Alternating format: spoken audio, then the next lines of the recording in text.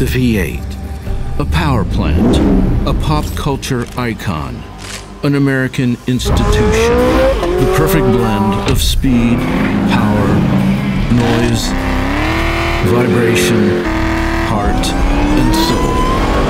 Cast in fire and iron more than a century ago, now digitally designed and precision milled, the V8's meteoric rise and subsequent fall from grace has been well documented. But as we push forward into a future of alternative fuels, the V8 remains unbroken and unrelenting. A golden age. Not just surviving, but thriving. I love V8 engines. But it's like a Frankenstein, and when it comes to life, it's just magic. A V8 is kind of an irreverent, you can use the hand gesture of your imagination to say, I am just gonna buy whatever I want. And it's very American. I mean, it represents the power of the people, right? People have been conditioned to love the V8. When you think of V8, you automatically think of American. It's that feeling of torque that you just get so addicted to. The performance, the sound, that overall visceral experience that you get. Inline 6-cylinders are kind of fun and cool and cute, and 4 cylinders are cute, but V8s are what you are when you grow up. The V8 doesn't just move machines, it moves people, driving the heart of automotive history forward, mile after mile. This is the story of that engine and those people.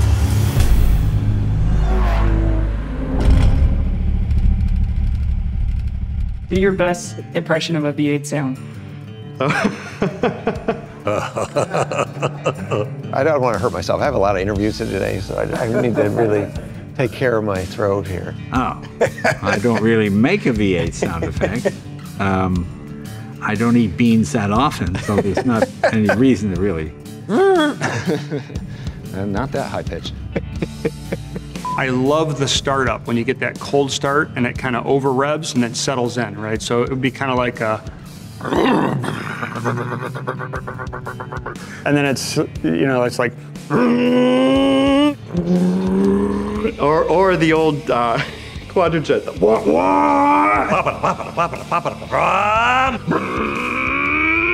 But then you're waiting for that next moment where the shift happens. When that shift happens, it like gives you that pause, and then there's more.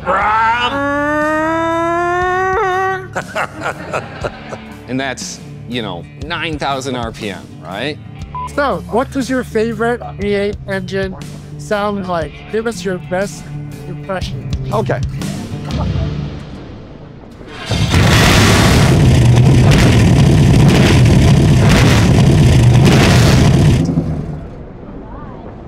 That's what it sounds like.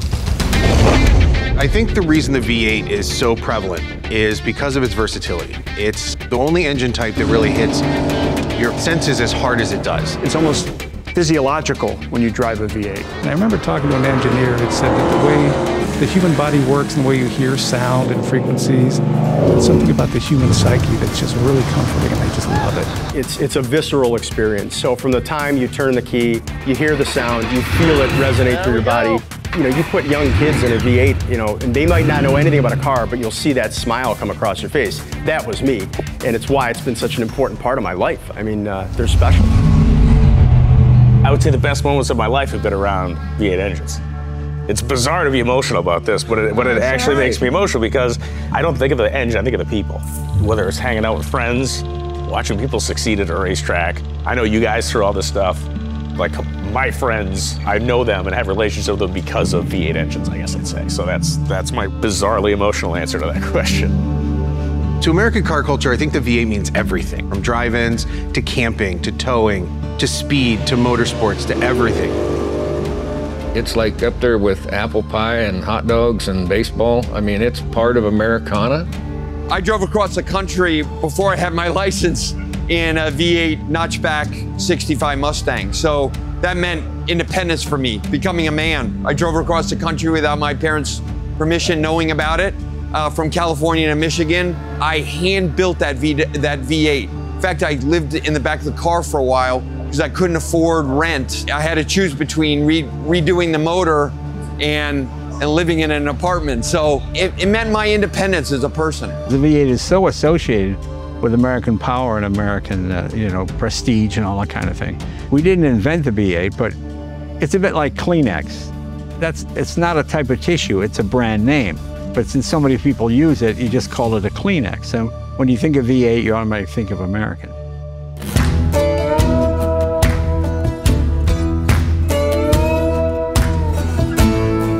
We think everything's uniquely American. People think Henry Ford invented the V8. I mean, he didn't. He made it popular. I mean, America is great at bringing things down and manufacturing to a level where everybody can afford it.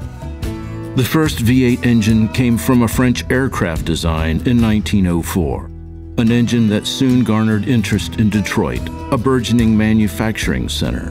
Chevrolet would offer its first V8 in 1917, well before its more famous small block.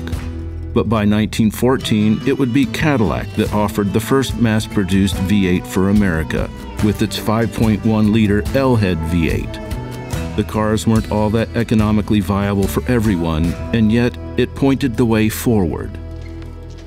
Here's the Cadillac V8. Well, the engine was developed in 14, this is in 18. But this is all stock, and it just runs great. This has, here's my favorite feature. This is what they call a fat man wheel. There you go like that. Oh, no way. So if you're a fat guy. Yeah. That is for men of girth. If you were eating in 1918, you're doing better than most people, you know? Some of the molten iron goes to the foundry, where one of the most remarkable operations is the casting of the V8 engine block. A special technique has made it possible to build a mold with 46 cores and to cast the entire V8 engine block, including the clutch housing, in a single piece. This achievement has made the smooth power and flexibility of the V8 engine available to millions of people. While the Cadillacs of the day were lavishly crafted, over-engineered, and eye-wateringly expensive, one man had a vision, motoring for the masses. And without him, this story could have turned out much different.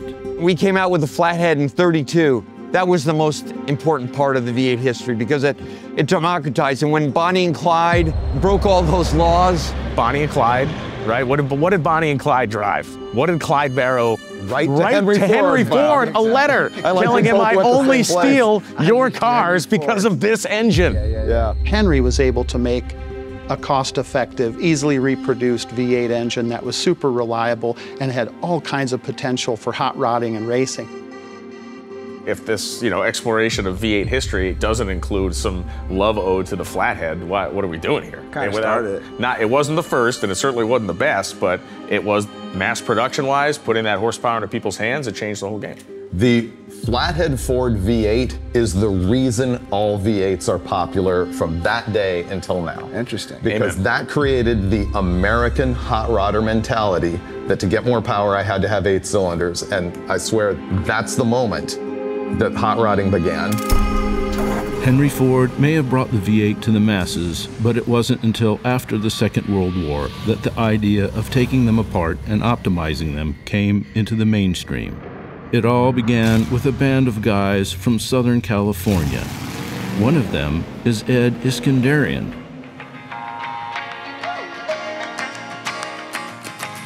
Well, of course, there was that. First, we were fascinated by the flathead Ford V8 in 1932, and it gradually got improved a little bit in later years. We looked at what the other guys had built. We'd get ideas to build a certain kind of car of our own. The right guy at the right time can make all the difference. The Ford Flathead V8 came along as Ed Iskandarian reached adulthood. After returning from the Second World War, Iski got to work, soaking up knowledge, building engines, and racing flathead V8s. We had the Buraq Dry Lake nearby, 100 miles from Los Angeles, out in the desert. That was our place to try out the cars. His biggest contribution? Becoming the father, the cam father, of the aftermarket camshaft. It was the holy grail of V8 power. This coincided with the advent of more powerful and more efficient overhead valve V8s, engines Iski was all too happy to tinker with. That act would spawn an industry in the form of the trade body known as SEMA, and Iskandarian would be its first president. We went from, we just want horsepower and we're a small niche group of hot rodders, into, wow, the big three are marketing performance and horsepower to me, and that's all V8s. Pop culture too. In the 60s, the Beach Boys were singing about the stuff, right? Sure It was were. a mainstream. Absolutely. Movies were Drag Strip Girl, you know, two-lane blacktop. Paul all Revere this and the Raiders stuff. had a song called SS396. It was a song about an engine. Right. The Porcupine V8. I mean, they were singing about... She's real fine, my 409. I mean, just, and again, we sound like we are decrepit and are about to be buried with an excavator because we're talking about these old songs about engines. But the reality is, it was the popular culture. Through the 50s and 60s, American V8s ruled the road. And here is Chevrolet's ramjet fuel injection, a dynamic engineering advance made possible to... Whether it was drag racing for pink slips, competing for speed records on the salt flats, rubbing rims on the dirt tracks and ovals of the American racing scene, and even in the movies.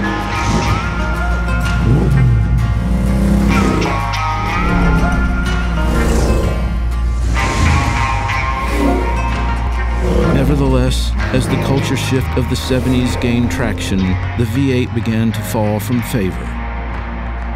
Seen as uneconomical, old-fashioned, and expensive, with the world in the midst of a recession and a global oil crisis, manufacturers began turning to smaller, more economical engines. The V8, it would seem, was doomed. Its endearing character, however, would power the passion of engineers who would work diligently over the decades to vault the V8 to levels of efficiency only previously dreamed of. I'm old enough to remember when emissions requirements came in and completely neutered V8s to where they were producing 100 and some horsepower. The smog requirements, technically, we were incapable of dealing with. Compression ratios went down and the power levels plummeted and the engines were, you know, pretty boring and didn't make a lot of power. And then all of a sudden it just surged back up in the 90s. We've been incredibly fortunate to have been able to ride this regulatory and emissions rollout while still improving the durability, improving the fuel economy, improving emissions, all while giving customers what they really want, which is more performance. I think these things ebb and flow. Do I think the V8 is done? Absolutely not. What's amazing about that propulsion system is that when you look at over the arc of time, every step has made it better. I often get asked the question, what's my favorite? Well, it's the next one. The world began to recover and emerge from the economic hardship of the 1970s and into the heady days of the 1980s. The economy bounced back and grew to new highs. People were earning better than ever and wanted to show it. An old friend, the V8, once shunned by the masses, suddenly found favor. Since then, it has been on a meteoric rise, which brings us to today. We live in a golden age. Honestly, right now, it's remarkable. Technology and the engineering team that works on that deserves the credit for accomplishing what, from a distance, looks practically impossible.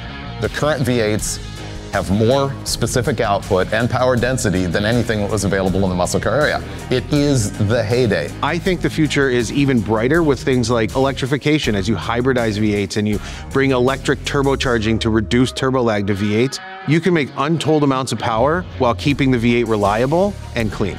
The Hemi, the loss of the Hellcat, that is a giant blow. That said, I wouldn't count Dodge out. Yes. The new Charger EV, you can remove the batteries and a V8 with a rear-wheel drive transmission bolts into the frame. By design. And now it's time to talk about the elephant in the room, the Hemi. Known to devotees as simply the elephant. The early Chrysler Hemis would quickly gain status. One in particular, the Firepower Hemi, would be the first to achieve 1 horsepower per cubic inch. But it would all end in 1958. As the years passed, other V8s joined the fray, but racers doggedly stayed with the Hemi. There seemed to be no limit to how much punishment they could take. And then it happened. the second coming of the Hemi in 1964. The elephant was back, and it was bigger and angrier. By 1966, the street Hemi put out 425 horsepower. It was the regular Joe's moonshot. But like Apollo, the Hemi's days were numbered. By the end of 1971, the show was over. Or was it?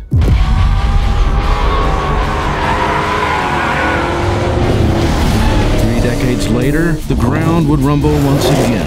The Hemi was back. Power would swell to staggering levels, culminating in the supercharged Hellcat Hemi. Its most potent version, the Demon 170, puts out 1,025 horsepower. It does this on E85 fuel, made mostly from corn. That was in 2023. The Hemi's effect on the V8 landscape, both in terms of production cars and in the aftermarket, cannot be overstated. Always a step ahead of the competition, the third-generation Hemi consistently punched well over its weight. An engine that today still powers select truck models. Massively powerful, riotously entertaining, and striking fear with its telltale blower whine, the eminently affordable Dodge Hellcat seemed to say, light 'em up and let it eat.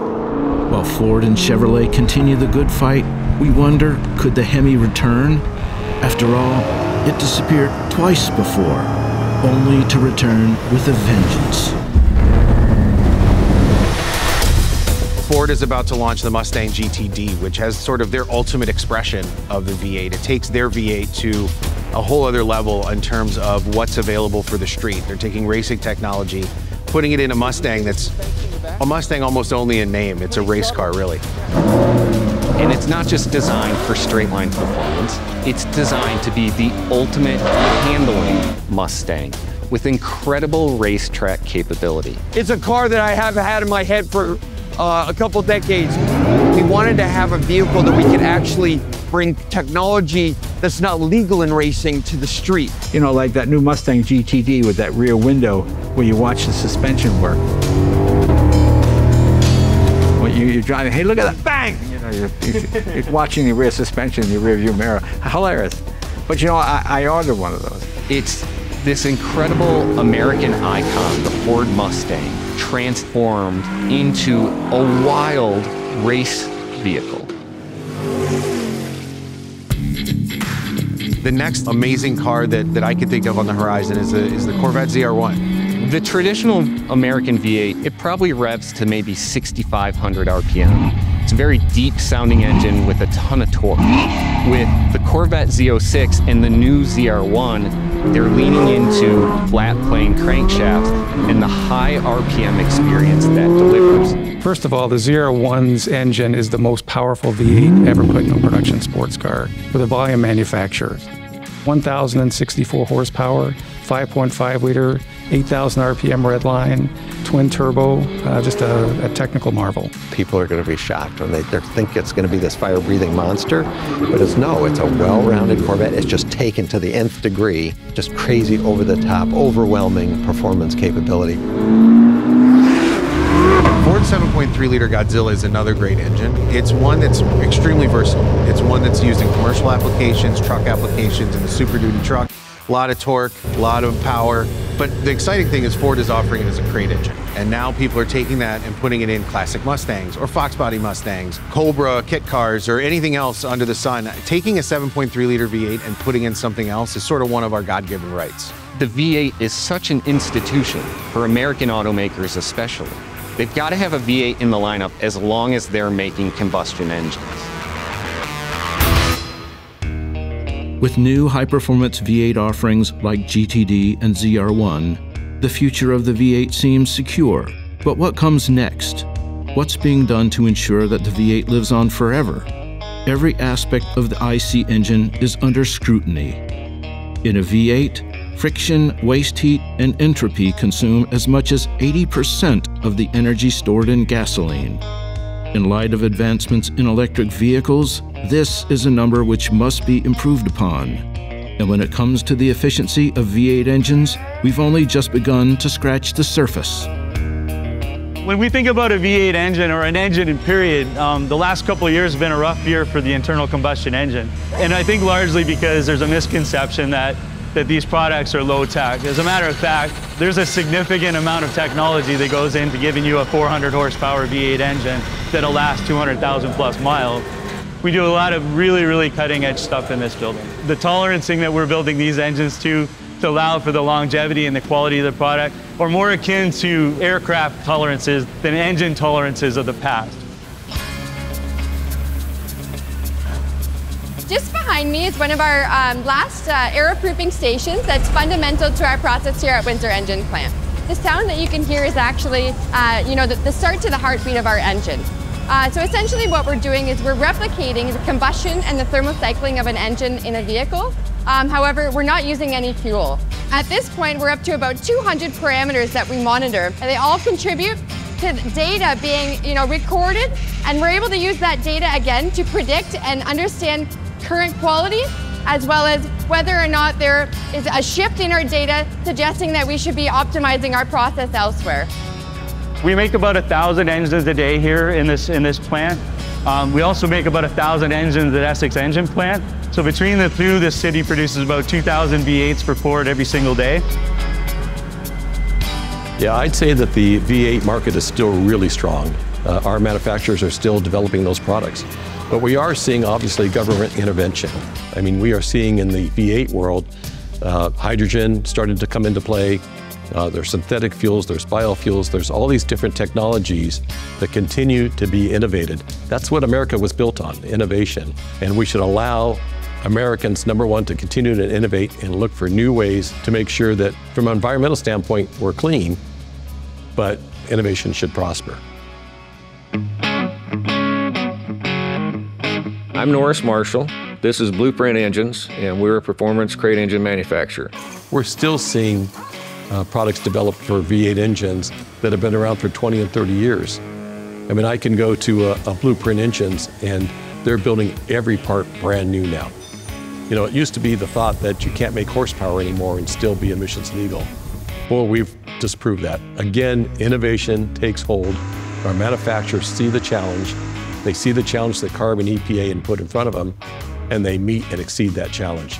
To see guys like Blueprint Engines who are going through that process and who are able to make horsepower emissions legal is really cool to see. I think it must be really challenging for the OEM manufacturers to figure out what they can make and sell. So currently there's some regulations that would cause OEMs, in order to meet them, they can't really make a lot of V8s, they gotta make a lot of EVs. We're looking at an immediate future where there's no V8 in the Dodge lineup. And this is a brand that built its entire identity on loud, powerful, crazy V8 engines. And the fact that they don't have a lineup of four-cylinder vehicles and hybrids and EVs is causing them to get rid of this iconic V8 engine. We think the marketplace wants that Hemi engine. So we have worked with some people at Stellantis to establish a supply chain of components so that we can assemble that engine and sell it into the aftermarket. I also think there's a decent chance that they'll come back. The pendulum will swing the other way, and they will have a V8 in the lineup again. As we've all seen, every single global OEM over the last, as we sit here in 2024, the last 12 months, every single one of them has gone, well, I know we said we're going to be EV by 2030, but I mean, yeah, it's maybe it's going to be. What he meant was. Right. And the other man behind the curtain is our new V8 engine plant. Yeah. Ta-da. So and it's got an alternator on it, so it's kind of a EV. It generates electricity, but no, you know, as bleak as things can look in a headline at times, it really isn't as bad as you think it is. Sky isn't falling, man. It isn't. The push-pull of regulation and reality will rumble on, while Fortune 500s and grease-knuckled entrepreneurs alike continue to work on their version of the future V8. One such maverick is Mike Copeland. Okay, so the basic engine is the same as a 2014 CTS-V. So it's a LSA cylinder heads. We use the LS3 block. By taming that most abundant of substances, hydrogen, could he be the one who saves the future of the V8? It's so funny, when we built this, and started taking it places and showing it off. Nobody believed it was real. Nobody believed that it was really on hydrogen. We raced it at Optima. We had more than 100 people crawl underneath the truck looking at, does it have a gas tank somewhere? There's no way they're really running on that tank of hydrogen in the bed. But it is. The number one question people ask all the time is, how does it sound? What does it sound like? When you drive it, does it sound like a gasoline car or does it not? In our case, if I didn't tell you it was hydrogen, you just got in it and you didn't see the tank, you wouldn't know that it runs on hydrogen. So it's amazing how much it is just like a gasoline vehicle. The performance is really close to the same. The sound is the same. The acceleration is good, it's the same basically. The best part is,